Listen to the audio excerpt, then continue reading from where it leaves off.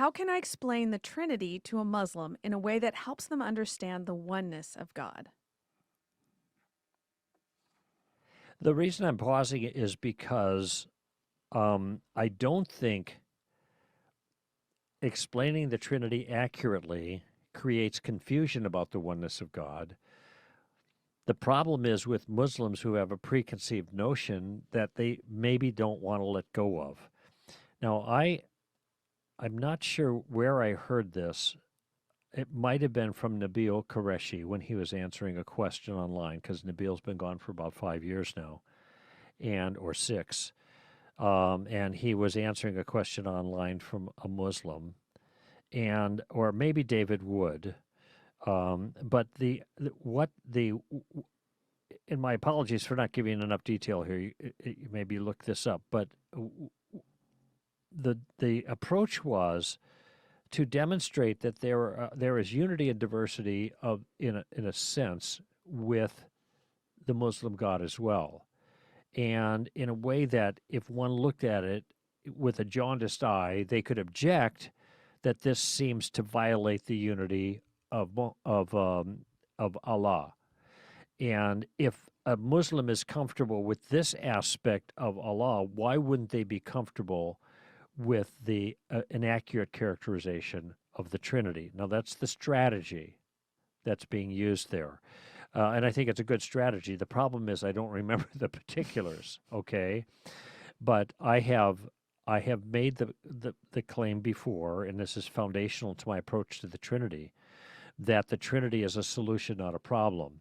And it's a solution in the sense that for those people who take Scripture seriously, we are confronted with a number of scriptural facts that can only be reconciled with some non-Unitarian understanding of God. A Unitarian is one God who is one person. That would be the Muslim view. Jehovah's Witnesses as well. Okay, but the problem is that they can't make sense of all the scriptures, and so and I have a whole chapter that includes dealing with this challenge to Christianity in Street Smarts coming out in September. And I developed this concept, and then I point out that the Scripture says there's only one God. Okay, and this is the great Shema from Isaiah chapter 6. And it goes, but it also says that it makes it clear that the one who was the Word who took on flesh and became Jesus is distinct from the Father. What's the word I'm looking for? It's there's no problem with that from the perspective of a Unitarian. Of course, Jesus and the Father are different. That's consistent with Unitarianism, because they talk to each other, for example. And there's the Father saying something while the Son is being baptized, etc. So no controversy there. But then you have statements that are made in Scripture that make it clear that the one who became Jesus of Nazareth, incarnate, called the Word in John 1, has divine qualities. He's the uncreated creator. This is John 1:3. This is indisputable from the text. All things came into being through him, and apart from him, nothing came into being that has come into being. John says it twice in a very simple way to make sure there's no confusion. This one, Jesus, is also called God. And Jesus uses the divine name of God from a number of places, especially Exodus, chapter 4, the burning bush, the great I am, ego eimi in Greek, to apply to himself, which the Jews understood to be a claim to divinity, and that's why they picked up stones to stone him, to execute him for that capital crime. So there's all these indications. Jesus was executed, as it turned out, for the crime of claiming to be God. It was blasphemy. So there is another characteristic, by the way, that Muslims would understand. Any claim to be divine would be, or anything like that, is the sin of shirk. It's the worst of all crimes, and they could identify with that. That's essentially what those who heard Jesus thought of Jesus' comments. So when we understand Jesus' comments in the parlance of the time, he was making this claim clearly. Okay, now, if there's only one God and the Father and the Son are distinct in some way, but the Father is God and the Son is God, now what? Well, you have the elements, two of them, of the Trinity. That is, you have two who's and one what. Now, is this odd? Yes. We don't really have any parallels in anywhere, and the parallels that people think of as expressions of the Trinity, and they're useful as long as we understand that they're not perfect representations.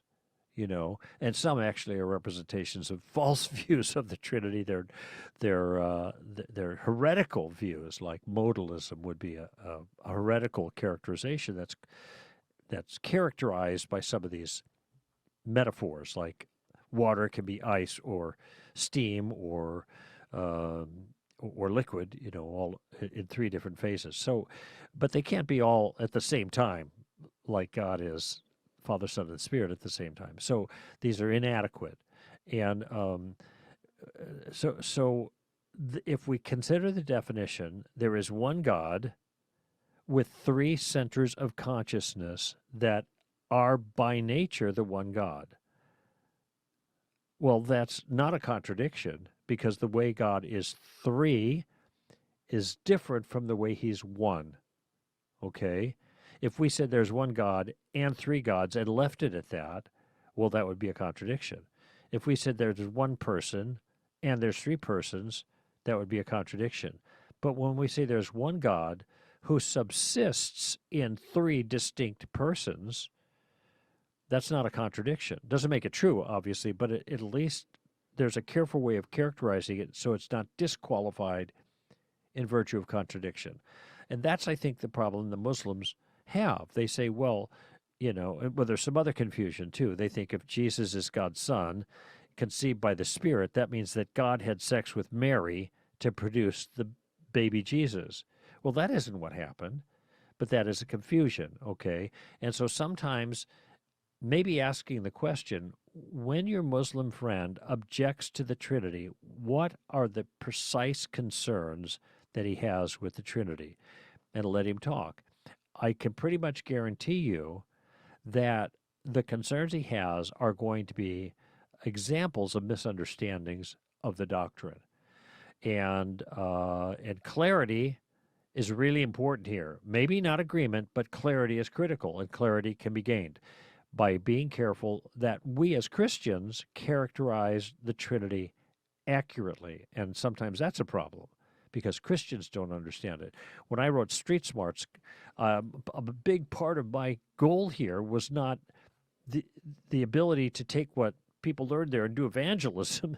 It was really the ability of strengthening and stabilizing Christians in the confidence in their own convictions and properly understanding their own convictions. I wrote this as much for the Christian as I did for the Christian's ability to address the non-Christian. Okay, and so this is an area that's not well understood, the Trinity, and therefore it's easy to mischaracterize to people who then take exception with it based on the mischaracterization. So I would ask the question of the Muslim, what exactly, precisely is your concern about the Trinity? And then try to rectify any confusion he has. Now, even after that's done, he still may not accept it, but at least he's rejecting the real thing and not a mischaracterization of it.